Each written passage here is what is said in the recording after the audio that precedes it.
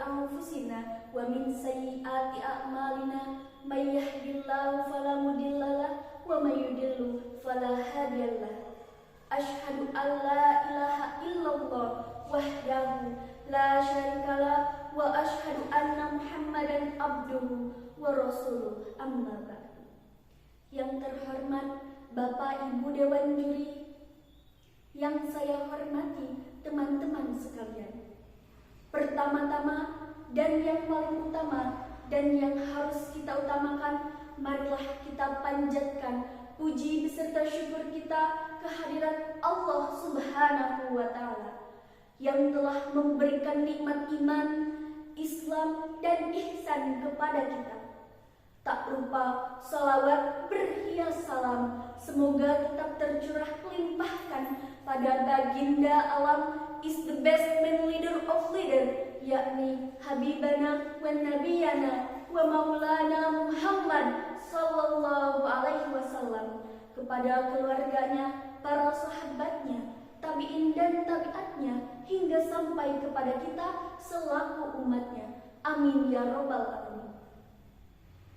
Teman-teman yang saya banggakan, sejak era media sosial kian menggeliat, agaknya mulai sering kita dengar berita tentang perundungan terhadap pelajar, baik tingkat SD, SMP, hingga SMA.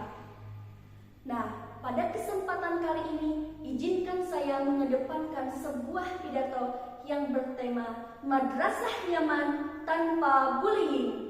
Teman-teman yang saya banggakan, apakah teman-teman berani berteriak dan mengatakan tidak untuk bullying?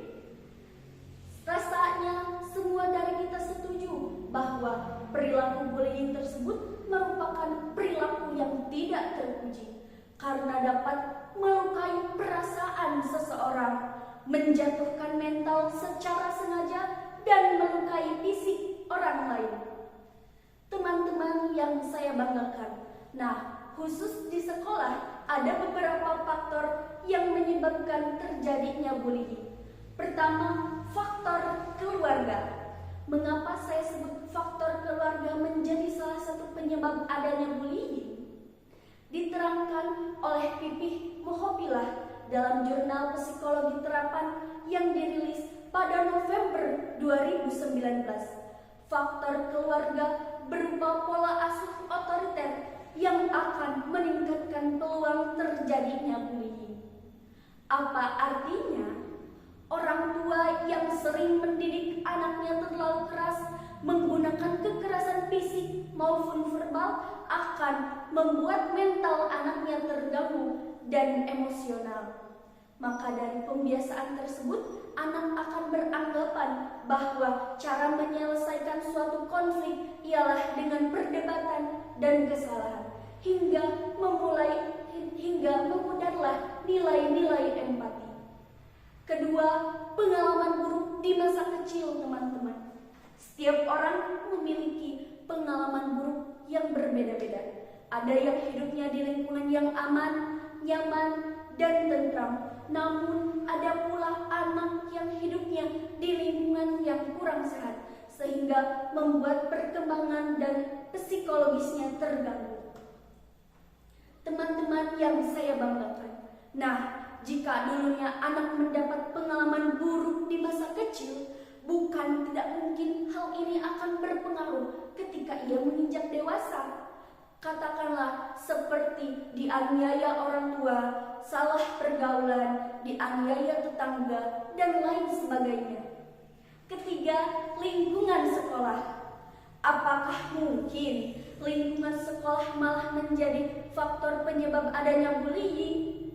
Bisa jadi, dan bahkan di sekolahlah yang banyak terjadi kasus-kasus perundungan.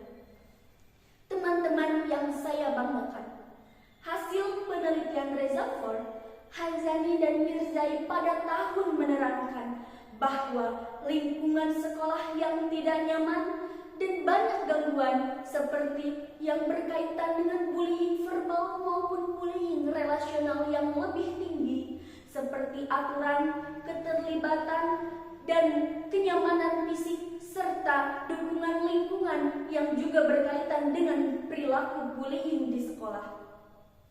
Lalu, bagaimana cara kita untuk mengatasi bullying di sekolah? Salah satu cara terbaik ialah mulailah dari diri kita sendiri. Mulailah dengan nyaman di lingkungan yang baik, nyaman dengan perbuatan yang positif, dan membatasi diri di lingkungan yang tidak sehat. Di sisi yang sama, kita juga bisa belajar melatih diri kita dengan rasa simpati kita, empati, dan toleransi dengan menjunjung perilaku rendah hati. Teman-teman yang saya banggakan, katakan tidak untuk bullying. Kita harus berani dan kita juga harus tegas. Lihat saja orang di luar sana, mereka begitu vokal dan kuat menyuarakan tentang perdebatan dan kesalahan. Masa iya kita malah takut menyuarakan hal-hal yang baik? Maka darinya, marilah kita cegah bullying di sekolah dan di lingkungan keluarga. Teman-teman yang saya banggakan, mungkin hanya itu yang dapat saya sampaikan. Mohon maaf atas segala kekurangan dan kehilapan. Wabillahi taufiq wal hidayah. Wassalamualaikum warahmatullahi wabarakatuh.